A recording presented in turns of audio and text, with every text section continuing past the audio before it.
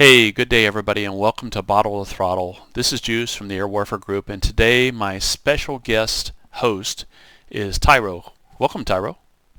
Hey, You know, I invited you because we kind of do this Air Warfare Group thing together, but I mean, this is our first inaugural premiere episode of Bottle to Throttle. What is this all about? What are we going to do? so I think we should figure out what we're going to call it later. I don't know whether it's a podcast or whether it's a YouTube video or what, Yeah, but video yeah, I cast or think whatever. yeah, Vlogcast. yeah, but yeah, it's just you and me having a chat on a Friday night with a couple of drinks, talking about other people's experience who had more interesting lives than we had. Maybe I don't know. Yeah, Maybe we sure. get some guests on. Yeah, I mean it's we're here to talk about we're talking about aviation or air warfare in general, but we also are we're sharing a drink when we do this. So it's kind of like one of Hmm. those things where we really don't have an agenda per se. It's just that we're basically sharing stuff that we've experienced over our careers and our passion for aviation and air warfare, and also our experiences in alcohol or in drinks. And we're Yeah, not always here. We're not here to glorify alcohol or to glamorize it or anything, but we're trying to share some of the things that we enjoy as aviators and in drinking. But we're going to cover some non-alcoholic stuff too. So it's not, and if you're not into alcohol, this might still be a podcast for you because we're just sharing stories. I mean, we're having a drink while we're doing it. We are going to cover the drinks we're having, but most of the content that's going to be in our podcast or whatever we're going to call it in the future is going to be about aviation or military aviation in perspective. Uh, it's like it's like you and me going to the bar. Remember when we used to be able to do that? yeah, um, and having a drink. What the discussion like? What would we talk about if we were in a bar or a pub? Having a drink, and who would we? The way I see it, we'll hopefully we'll have some guests, um, people who we would oh like to yeah. go to the bar with. Yeah, we have a few guests lined up already. As a matter of fact, my first guest that I'm going to be hosting is a former T-38 instructor pilot who's also a B-52 pilot who's also a U-2 pilot. He's now retired. Good buddy of mine that was my commander a long time ago, and we now go backpacking together as retirees and stuff like that. So, Cool. well, before we get started here, we should definitely bring up our disclaimer. Yeah, sure. So we're not bartenders. These presentations are not authoritative. They're information inferred from our own drinking experience, where it's relevant, directly referenced official open source literature, and anecdotal information, some of it true, from people who drink more professionally than we do. Yeah, and I'll just add to that, Google is your friend on any drink. Remember, you can find a good start there, but don't take it for, the gospel. Go out and research it yourself, buy the books, get into it. And if you have any questions about certain drinks that you want to try or that you're thinking about or something you're really passionate about, share it in the comments. Give us a thumbs up and say, hey, I like this podcast juice and I like the drinks that you feature. Maybe you should try this. Maybe we should try that. I'm up to try anything. So today's drink is, what is it, So Tyro? I'm drinking an Aviation. I think you are as well, I am. which You is you turned me onto it. yeah, it's a very traditional cocktail, although it's not one that's always easy to find, even in more reputable cocktail joints. And yeah, it's a classic. It's a gin cocktail with maraschino liqueur, lemon juice. Uh, it's got creme de violette, uh, and served with a marasca cherry, or I think you've got a slightly different cherry in yours. Yeah, don't Um, spoil my thunder. I'm gonna yeah, actually no, I'm gonna I introduce don't my want to. variation of it. It's pretty cool. I don't want to steal your sandwiches. I'm drinking a very classic, the original, or as close as I can make to the original recipe by Hugo Enslin, who was the originator. Yeah, And 1916, everybody. yeah, so really early on in the early days of aviation, this guy obviously way before Ryan Reynolds realised that aviation was going to be a big thing in Oh, gin. I love that guy. He we should get him on. Yeah. Um, he yeah, so Hugo Enslin was the chief bartender at the Hotel Wallach in New York, and was a prolific. He was really kind of instrumental in the early cocktail yeah, somebody who knows cocktails better than me will be able to tell me where I'm getting it wrong. So Yeah, leave those your professional comments. bartenders. Yeah, leave talk about that in the comments. We're But just yeah, he professional drinkers, right? yeah, exactly. I've been We're drinking for a long time. practitioners. Yeah, Practitioners, practitioners. not Yeah, experts. yeah. Yeah. Sometimes But I'm yeah, an intern, sometimes I'm an expert. he's come up with a really nice drink there, and one of my favourites. It's a benchmark for me. If I'm in a bar that I've never been in before, I usually order one of these. And if they can't make it or they don't know what it is, I probably don't hang around there too much. You don't offer to help them create it? If they're interested, some places, it's just like, well, the oh, ingredients what? are Do you pretty not want special. a margarita? I don't want another margarita, thanks. Yeah. Oh no. Yeah, the ingredients are a little bit specialized, but yeah, it is a classic. It is one of the early cocktails from the from during before the Roaring '20s. Yeah. From before. Right in the middle of World War One. Yeah, exactly. Yeah. Yeah, so it's an interesting drink. It's I serve it in a martini glass. It's because of the creme de violette, it goes a really attractive blue color. Yeah, I think you went light on the creme de violette there. Yeah, it's very reminiscent, actually, depending on which violet liqueur you use. I'm using the Bitter Truth today. It goes a really light blue, very reminiscent of avgas, so aviation gasoline. Yeah. The sort of thing that you feed light aircraft, internal combustion engines. A very pretty color and a very nice drink, very well balanced. Yeah, how do you say that maraschino liqueur that's there? Is it Luxardo? Luxardo? That's how I say it. Yeah, Luxardo. Luxardo, yeah. I have the same one from Italy with the wrap. I thought I had a special bottle until I saw yours halfway around the world. Mm. Yeah, and then Sipsmith's gin, London Dry Gin. That was actually recommended by my buddy Rob, Egg Beast, as he goes by in the Arma world. Nice. He's one of the Arma devs that I've worked with. And Egg Beast recommended that, and Navy Strength? Plymouth Navy Strength. Yeah, Plymouth gin. Oh, I've heard of Plymouth gin before. Is there a regular Plymouth and there's a Navy Strength one? Yeah, exactly. So I make the Aviation normally. There's 3 gins that I would use for an Aviation. They're kind of subtly different flavors. Sipsmith gin is Tanqueray's good as well. That's what I use. Sipsmith and so they're both London gin or London Stars. They're quite dry. The Navy gin I find the Plymouth gin, I find a little bit less dry, a little bit more fruity. It's a little bit less bitter. Is it higher in alcohol? The regular Plymouth gin is about 41%. The Navy Strength is 57%. Oh, wow. By volume. Oh, wow. So it's over. That's over half of proof. Yeah, I was supposed to say it's over 100% proof. Yeah. Like I don't know what you would call that.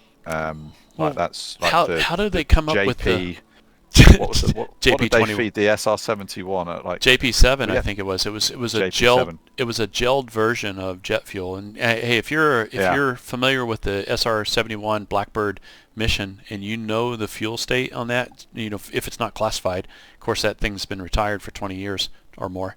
Go ahead and plug it into the comments. We'd love to hear what I believe it was JP7 because.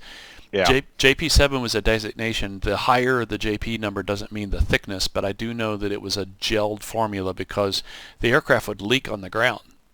Because the airframe was designed to expand with heat, and so it would leak on the ground. So if the regular sort of Plymouth gin is JP7, non-volatile and very difficult to get to burn and all that stuff, then the Navy Strength is like Avpin. I don't know whether you're familiar with Avpin. Yeah, they used to use it as a starter. I think it's obsolete now. Is it like ether? Yeah, it's isopropyl nitrate. Yeah. Google is telling me. Yeah. But yeah, I think it was used in starters. I only know it by reputation. I never came across it professionally, but I know that they used to have it in some of the older jets as starters, and everyone was terrified of Avpin, and they should be terrified of Navy Strength Plymouth gin as well because it is Avgin maybe. I don't know. When I used to fly, we had we have 100 low lead, which I can't remember which one is red and which one's blue. I think the 80 octane was The lower octane one, Aviation Fuel, was red, and I think the new one was blue. And Certainly 100LL in the UK is like a Oh, light blue color. oh yeah. Well, have you ever used the little fuel strainer cup that Yeah. has the little needle comes out through the middle? Yeah. I thought yeah, to check for water. Yeah, to check for any contaminants in the fuel system. And I would use those, and I said, you know what? This would make a great shot glass if you didn't have this thing sticking up your nose, you know? Well, what were you doing drinking avgas? Exactly. You know, bottle to throttle, that's what this is all about. So you've got the same, some of the same mixers. You're using real lemon juice, right? Yeah, absolutely, yeah. Yeah. My wife is out actually shopping right now, and she said she's going to stop at the store and see if we can get a mixer like that, because we're using, if you look at my slide, here's my slide. I'm using a mason jar. This is kind of like... That's got a certain country kind of charm to it. Yeah, this is my redneck shaker. I mean, I grew up in the Southeast. You know, I used to talk with a twang, but I moved around the world so much that I totally lost my accent. People don't know where I'm from. They think I'm from Mars sometimes. But I'm using real lemon. The first couple times, my wife and I tried this drink under your recommendation on Monday. Today's Friday of the day of recording. We're going to release this on Tuesday. But as of today, I have had maybe 4 aviations, including 2 today. And I'm still speaking. And am I coherent, everybody? Let me know if I'm still saying my words right. You know, broken but readable. Yeah, I'm not as think as you drunk I am. And so we were lucky. I mean, I went to my local liquor store here where I live in Oregon, and I was able to get the Luxardo and the Tanqueray. Tanqueray is my favorite gin, by the way. I fell in love with Tanqueray in Korea 30 years ago or whatever. I tell people there's gin and there's Tanqueray. Tanqueray is by name. I mean, hey, if you ever get a chance, Google the Tanqueray commercial by Ala Balak. He does the song Going Downtown, and it's a Tanqueray commercial. It's an awesome show. It's like a jazz presentation in itself. And then Candy went down to our local town where we go shopping, and she was able to find the creme de violet. As a matter of fact, she had a picture of it, and that's the only way the lady knew how to recognize it. She said, I don't think we have that, but if you have the picture, and she said, oh yeah, we have that over here, and she recognized it by photo. Awesome. Now, I'm using a different glass because I don't own any martini glasses. I have the El Jimador margarita glasses, which are kind of the same shape. They're quite cool, huh? Yeah, they do good. I wish I could sandblast off the El Jimador because I would rather them just be generic. And so that's why if you look at the one glass on the right, you can see the El Jimador, it's backwards in both because I have it turned away in this picture. But those glasses came with a set of El Jimador vodka tequila that we had for what we make is called sorbet ritas, and we'll have sorbet ritas on the. You guys get sorbet there, fruit flavored sorbet. Yeah, you can get it stored. Yeah. So get some tequila, some sorbet, some fresh lemons and limes, and I'll show you how to make low sugar sorbet ritas. They're like margaritas, but they're sorbet and stuff. I mean, if you go to a bar and get margaritas, like you said, the guy said, "Hey, I don't know how to make that. Do you want a margarita?" And you know they're just thinking you don't know what you're talking about. You know, this bartender's just trying to make a quick sale. And you tell him, says, no, I don't drink margaritas because I know they come in 55-gallon drums from China now. You know? Yeah. And so what I did, but the thing that I do different, I have a lot of the same ingredients as you, but instead of maraschino cherries, I have bada bing cherries. And you can see the glass there. My local liquor store lady had that, and she recommended them. There's 2 different types of bada bings. They're made by... I don't have the jar in front of me. It looks like Weldon Farms or something like that. If you Google Bada Bing cherries, you'll see them. They make 2 different kinds. They make the kind with the regular like this that you use in drinks like this. They also have a bourbon infused version, which would probably be a little. And my bartender lady or my liquor store lady, I'm starting to slur my words. Can you tell I've had 2 already? Well, no. 3 3/4. And my liquor store lady said, hey, you definitely don't want to use the bourbon ones because it'll mess up the flavor of your drink. And she'd never heard of the Aviation. Yeah, for sure. What I was really surprised is one of my neighbors who we meet every morning for our dogs to play together in the park in our little community we live in.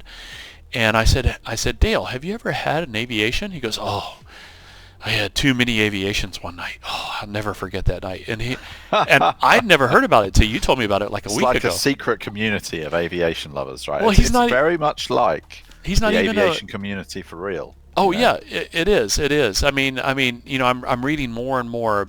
Like your disclaimer says in the DCS debrief videos and what we try to put out. People tell me or ask me all the time on the YouTube channel. They say, "Juice, what did you use to fly in the Air Force?" I said, "Well, I flew a box that never left the ground. We just kept pumping pressure into it to take down the atmospheric pressure. Or, we kept sucking the air out." Yeah. And I said I did fly in real life, but that was all as a civilian, as a private pilot. This is my drink. I'm having this right here. My wife liked it. I tell you what, I had 2 of those on Monday night after you told me about it, and I went out and got the ingredients and everything. I slept like a baby. Just 2. All you guys need is 2 of these. I round up typically. If it says 1.5 ounce, I usually put 2 ounces of gin in. My wife made last night. She made these ballers. This lemon mint baller from a recipe out of Bon Appetit magazine. Bon Appetit, and it was really good. And it's a gin base, but we also have some tequila based drinks that we're going to do in there. And I'm not a big clear liquor guy. I mean, we talked about this earlier. I mean, I remember my first experience with vodka was a bad experience, and I couldn't drink vodka for 10 years until somebody tricked me into drinking vodka. So that's for another episode for sure. Yeah. So I do want to ask, what brand is your creme de violette then? Because I've had a few, and the one that I really like is the Benoit Serre. I think that's how you pronounce it. It's written Benoit Serres, but I can't believe that's how a French speaker would pronounce it. Anyway, that one I particularly like, but I couldn't get hold of that, so I went with my second choice, which is the Bitter Truth. Yeah, I saw that in the picture. Yeah. You've got a different one there, but that looks good. That looks like a really nice color. It is. It's a really rich. I mean, it looks like somebody's taken a bunch of lavender and thrown it in some liqueur or some alcohol. I think it's called. It looks like Ruffman and Winter. I'll put the link to the manufacturer in the video description. Sure. For sure. It's hard to see because all the booze is downstairs and I'm upstairs in the office. So good separation. Yeah, bottle to throttle, 8 feet. And is it 8 feet or 8 hours? I can't remember. It's like Well, 12 feet now, but they've increased a little bit. Yeah. So to let you guys know, this podcast or this episode that we're doing right now is just the introductory one, but the whole series is going to be about more than just alcohol. It's going to be about way more professional. Yeah. Well, some of them we may even do sober. But the big thing is we're going to have current events as far as what's latest and greatest in certain airplanes, certain weapon systems that are out there. Everything that's open source. We're not going to tell you anything classified. If we do that, we have to lock all of you in the safe. But the other thing is we're going to have a series of guest speakers, like we mentioned earlier. I've got a B-52 pilot that flew U-2s and also T-38s, and he's now an airline pilot. He's a good friend of mine. He'll be on the show here pretty soon. Tyro's got a couple people lined up. We don't want to mention any names right now because we haven't confirmed with him they're going to be able to make it. Yeah. Well, I'm lucky because almost everybody that I know knows more about air warfare than I do, so I could, bring pretty much anybody on, and they'll be great. Oh, that sounds like me with everything. I know the right people. I don't know enough about any one subject to be an expert, but I do know enough people that I relate to that can share information and knowledge with me, and that's where it's all about network. Yeah. And remember, air warfare, guys, is a team sport. You see other YouTube presenters out there that are doing these 1v1 dogfights. I mean, does that ever happen nowadays? Does anybody go out and just look for one guy to shoot down? I'm not sure anybody's ever gone out and looked for one guy to shoot down, unless they're in a group with like 10 of their mates. Even the Red Baron had the flying circus. I mean, they would go out. Yeah, exactly. And they would never engage unless they had the advantage. I think I remember you did a video on the Dictaburg a while ago. We did it together. That was back before you joined the Air Warfare group. And I'm sure one of his dicta, or a dictum, I suppose, was like attack the lone dude, like get the guy on his own. Yeah. And of course back then it was all dudes. There weren't any women flying airplanes around back then. Never engage until you secure the advantage. Yeah, that's was it. The big you one. Get the guy on his own. Keep the sun get at an your back. advantage, and then So yeah, I'm it's another conversation for another day. Yeah, exactly. Future episode. We'll get a guest on who knows what they're talking about, and they can take us through. Yeah, maybe we can get one of those guys from back in World War One. Yeah. Yeah. Anything's possible if you're drinking an Aviation, guys. 1916. Yep, still relevant. Yeah. I think we've covered everything for this inaugural premiere episode. Do you have anything to add? Oh, the cherries. Bada Bing. Cherries. Yeah, the Bada Bing. So Bing cherries are a lot more healthier for you guys. And my liquor store lady said also you can take some of the cherry juice from this and put it in some regular soda, just club soda or anything, and it makes a nice little non-alcoholic or a mocktail, if you want to call it that. Because if you're drinking 2 measures of gin, 1 of maraschino liqueur and a teaspoonful of creme de violette, what you really need to make sure is that you have healthy cherries in there. Yeah, and this is very important. This is a good point, guys. Don't drink and drive, and don't drink and fly, by no means. The other thing I was going to say is 2 measures. What is a measure for you guys? It depends. I mean, you guys use milliliters over there, right? Yeah, we're we are one of the we have converted to the metric system. Yeah. I think there's so you were the last Western. I think there's the US and I can't remember who else still uses the imperial system, Liberia or something. Yeah, I don't. It's not Canada. That's Haiti. For sure. Haiti, maybe. No, well, yeah. Yeah. Anyway, yeah, we're in milliliters over here. We use I think it's 50 milliliters is a full measure. I honestly couldn't tell you because I've got I've got 2 measuring containers, whatever they're called, that I use to mix cocktails. One's a big one and one's a small one, and I know it's a big one of gin and a small one of Luxardo and a small one of lemon juice. Yeah, it's a good thing you learned early in your life, because as you get older, you stop looking at the measurements, you just look at the lines. You just say, I know I go up to this line. I know I go up to this line. That's how Jim Gaffigan, the actor from America that has traveled around the world, he and I share a lot in common. We both have been to multiple countries. He's done comedy, I've done military stuff. But the big thing is we both share the same feeling. We've traveled all these different countries that have the metric system, and that's when it dawned on us that the rest of the world, the America was one of the only countries that uses the imperial system, and that's when we realized that the rest of the world has got it wrong. Yeah, totally. Just hang in there, guys. We'll come back. Yeah, we'll be back. We'll be back. Hey, thanks for joining me on this first episode. We'll get together soon, and my pleasure. There's always a reason to have a good drink. Guys, if you like this video, give it a thumbs up. If you don't like it, give it a thumbs up anyway, and then just drink some more. You'll feel better. But yeah, definitely, if you didn't like it, tell us why in the comments. Exactly. We'll try and fix it. Yeah, we're not really trying. Like I said, the Air Warfare Group and this podcast, whatever it turns into, whatever it becomes, is not a for-profit thing. We're just doing something that we enjoy, and we want to share knowledge and experience that we have in air warfare and in professional drinking. Connoisseurage, I should say. Is that a word? Connoisseurage? It is now. It is now. We just coined it. Hey, trademark that. Put that on our list. Connoisseurage. It's kind of a state of connoisseuring. So, hey guys, thanks for watching.